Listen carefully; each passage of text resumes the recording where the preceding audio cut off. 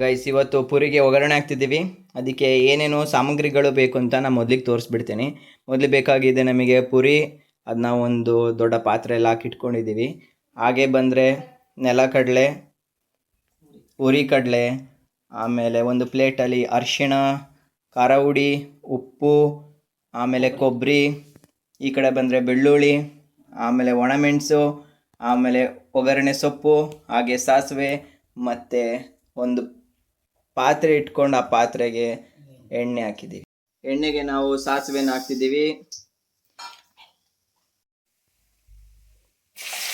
ನಂತರ ಬೆಳ್ಳುಳ್ಳಿನ ಹಾಕೊಳ್ಳಿ. ನಂತರ ಕಡಲೆನ ಹಾಕೊಳ್ಳಿ. ನಂತರ ಒಣಮೆಣಸು, ಕಾಯಿ ತುರಿಯನ್ನು ಹಾಕ್ತಿದ್ದೀವಿ. ಕರಿಬೇವು ಸೊಪ್ಪನ್ನ ಅದರ ಜೊತೆಗೆ ಸೇರಿಸ್ಕೊಳ್ತಿದ್ದೀವಿ. ಖಾರ ಹುಡಿನ ಸೇರಿಸ್ಕೊಳ್ತಿದ್ದೀವಿ. ಹಾಗೆ ಅರಿಶಿಣ ಹುಡಿ, ಅದರ ಜೊತೆ ಉಪ್ಪು ಎಲ್ಲನೂ ಹಾಕಿದ ನಂತರ ನೀಟಾಗಿ ಮಿಕ್ಸ್ ಮಾಡಿಕೊಳ್ಬೇಕು. ಕಡಲೆನೂ ಜೊತೆಗೆ ಸೇರಿಸ್ಕೊಳ್ತಿದ್ದೀವಿ. ಆಗಲೇ ಪುರಿನ ಸೇರಿಸ್ಕೊತಿದ್ದೀವಿ. ಆ ಕಡೆ ಈ ಕಡೆಯಿಂದ ಎತ್ತಿನ ನೀಟಾಗಿ ಮಿಕ್ಸ್ ಮಾಡ್ಕೊಳ್ತಿದ್ದೀವಿ.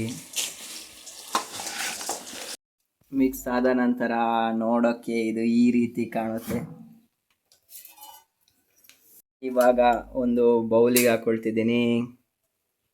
ಬಿಸಿ ಬಿಸಿ ಪೂರಿ ತಿನ್ನಲು ರೆಡಿಯಾಗಿದೆ. Thanks for watching.